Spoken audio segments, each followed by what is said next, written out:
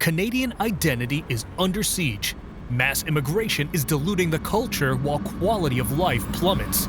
With immigrants making up 20% of the population, in 10 to 20 years, the native Canadian population will be outnumbered. From a housing market on the brink to public services stretched beyond capacity, we explore the harsh realities and the driving forces behind Canada's dramatic shift in immigration policy.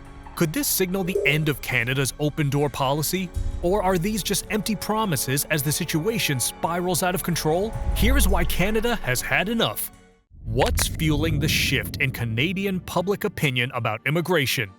Imagine a nation with a rich heritage, where traditions have been built over centuries, and shared values and culture form the bedrock of society. Now, picture that fabric being stretched, frayed, and torn apart. That's the situation in Canada today. Largely due to the country's high rate of immigration, this isn't just a trickle of newcomers that the system can easily absorb and integrate, it's a flood. The sheer number of people pouring into Canada from diverse backgrounds is unprecedented. While diversity is often hailed as a strength, there's a threshold beyond which it can start to become a liability. When the cultural influx is so overwhelming, it doesn't lead to a melting pot. Instead, it leads to cultural fragmentation. On the ground, this looks like a society where native Canadians are starting to feel like strangers in their own land. There's a growing sense of unease and resentment as the cultural landscape shifts rapidly. It's not just about language barriers or different customs, it's about a fundamental change in the way people relate to each other and to their nation. When people no longer share the same foundational values and traditions, it becomes increasingly difficult to maintain social cohesion. Canada's population surged by 1.3 million people in 2023 alone. This dramatic increase has led to a significant rise in Canadians believing the country has accepted too many immigrants. This influx puts immense pressure on housing, healthcare, and essential services. The average home price in Canada skyrocketed to over $700,000 in 2023, making it nearly impossible for many Canadians to afford a home. Healthcare is another area in crisis. Overcrowded hospitals are becoming the norm. Schools are bursting at the seams, with classrooms beyond capacity, leading to a noticeable decline in the quality of education. Many Canadians are struggling with job insecurity and rising living costs. Immigrants are competing for limited resources like housing and jobs, fueling resentment. The unemployment rate among immigrants who had been in Canada for less than 5 years was 11.7% compared to 7.5% for the Canadian-born population. Lines at food banks are longer, and more Canadians are struggling to put food on the table. Canadians have always been welcoming to immigrants, but opinion polls consistently show that most Canadians believe there should be limits on the number of immigrants accepted. This widespread belief stems from the understanding that while immigration can boost economic well-being, there's a limit. Most Canadians realize that the economy has an absorptive capacity. When population growth outpaces housing stock, public infrastructure, and business capital, it reduces capital per person, lowering labor productivity and average living standards. So why isn't the government doing anything about it? It seems the government is either incapable of addressing these issues, or they are deliberately forcing native Canadians to compete for lower-wage jobs with immigrants. Prime Minister Justin Trudeau revealed a plan to significantly expand immigration. Since Trudeau took office in 2015, the number of new immigrants has already increased from approximately 300,000 to 400,000 annually. Now, Canada aims to welcome 500,000 permanent residents each year by 2025. This plan is designed to bolster the Canadian economy, addressing labor shortages and a declining birth rate by prioritizing skilled immigrants. Canadians increasingly favor a different leader over Trudeau to head the Liberals in the next election. The multiculturalist approach is under scrutiny. This isn't about xenophobia or racism. It's about the very real and legitimate concerns of Native Canadians who see their way of life being eroded. They see their communities changing beyond recognition, and they worry about what this means for their children and grandchildren. They're asking, what will be left of our culture, our values, and our identity in a few decades? The government and the media often portray this as being for the greater good. They claim that immigration is necessary for economic growth and that diversity is a strength.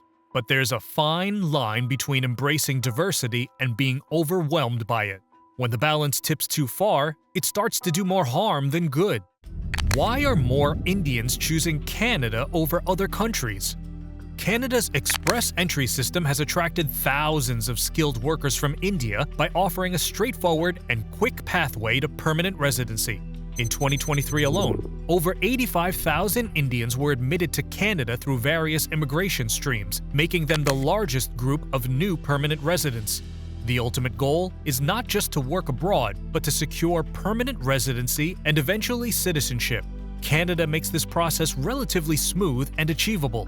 But it's not just about immigration policies. Canada offers a quality of life that is highly appealing to Indian immigrants. The multicultural society, robust healthcare system, and strong education infrastructure are significant draws.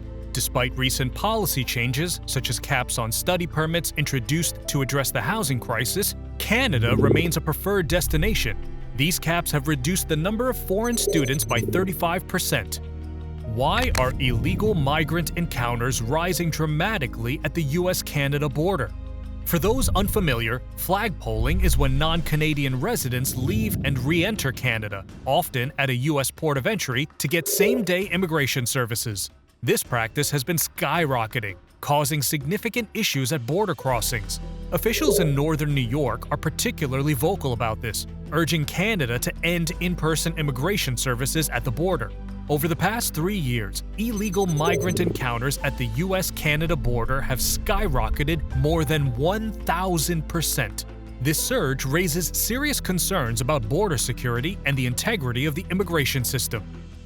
Is Canada's rapid population growth sustainable? According to the 2021 census, 8.3 million Canadians, or 23% of the population, had an immigrant background. This latest increase means that in a Canada of over 40 million people, 1 in 4 residents is either a temporary or permanent immigrant or was born abroad. This proportion of newcomers is the highest since Confederation, surpassing the previous record of 22.3% set in 1921. For comparison, the immigrant share of the US population is about 14% today. Immigration has been virtually the sole driver of Canada's population growth in recent decades.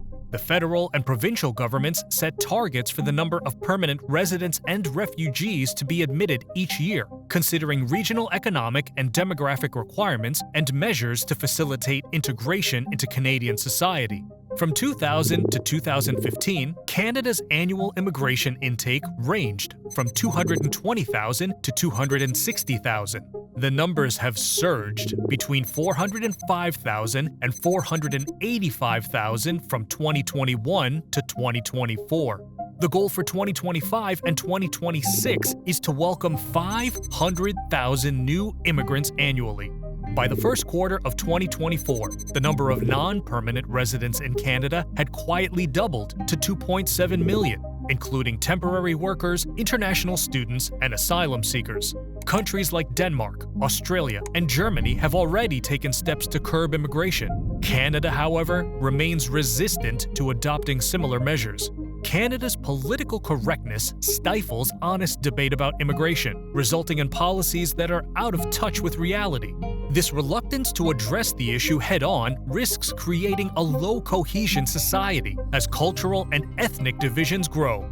It's time for an honest conversation about this. At what cost are these immigration policies being pursued? Are Canadians willing to sacrifice their cultural heritage and social cohesion for the sake of political correctness and economic arguments that don't hold up under scrutiny?